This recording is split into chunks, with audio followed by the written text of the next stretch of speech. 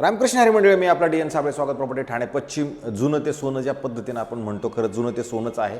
कारण की जुनं ते सोन्यामध्येच आपल्या ठाणा स्टेशनला प्लॅटफॉर्म नंबर 1ला लागूनच एक पाटीलवाडी नावाचं खरं लोकेशन आहे.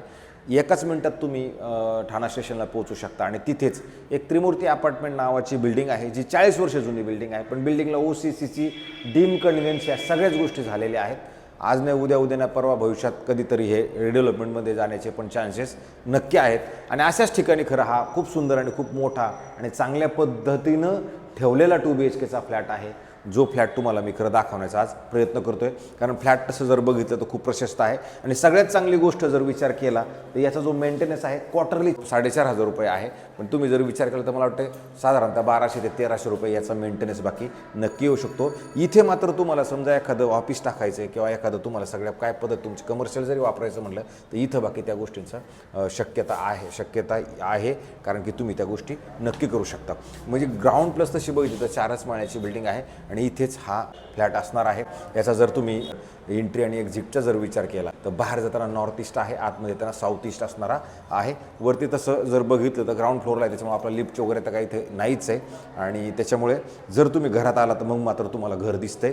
खरोखर खूप मोठं आणि खूप प्रशस्त मात्र घर नक्की आहे. अशा पद्धतीचा तुमचा एकदम मोठा आणि चांगल्या पद्धतीचा हॉल आहे. राहिला प्रश्न पार्किंगचा, इथे सोसायटीमध्ये आपल्याला एक ओपन कार पार्किंग मिळेल. पण सोसायटी त्या ओपन कार पार्किंगच्या बदल्यामध्ये तुमच्याकडनं प्रति महिना 300 रुपये त्या कार पार्किंगचे मात्र नक्की घेणार आहेत. जे मंडळी अशा पद्धतीचं घर बघणार आहे, ज्यांना ठाणा स्टेशन जवळ असायला पाहिजे, घर मोठं असायला पाहिजे, मला असं वाटतं त्यांच्यासाठी एक खरोखर खूप मोठं घर इथं आपल्याकडे उपलब्ध आहे. जे तसं बघितलं तर ग्राउंड फ्लोअरलाच घर आहे. त्याच्यामुळे जर तुम्ही सोसायटीच्या आवारात जरी बघितलं तर पाठीमागं बघितलं तुम्हाला तर जाणवेल की बाबा इथे पण व्यवस्थित जागा वगैरे सगळं नीटनेटकं तुम्हाला उपलब्ध मिळणार आहे.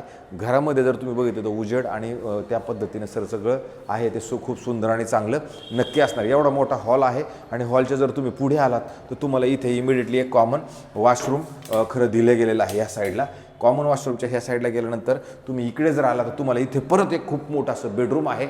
आणि ह्या बेडरूमला जर तुम्ही बघितलं तर हे सगळं टाईल्स वर्क पूर्ण केलेलं आहे.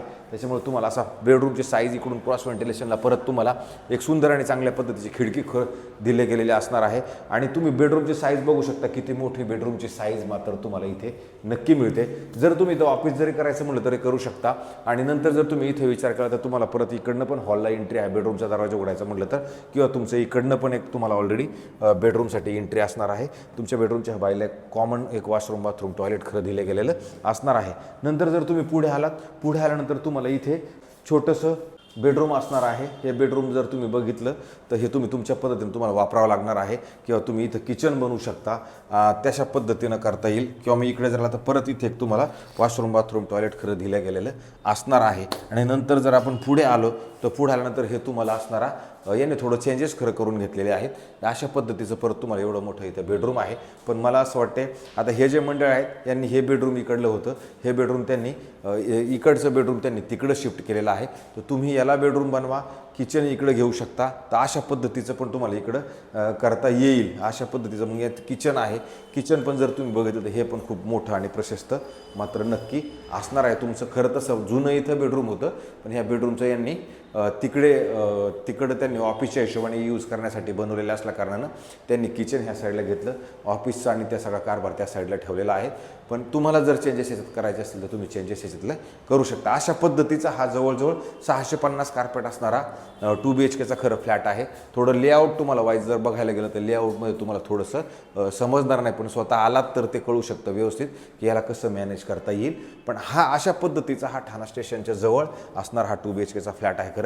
आणि जर तुम्ही हा फ्लॅट तुम्हाला बघायचा असेल तर आम्ही नक्की दाखवू.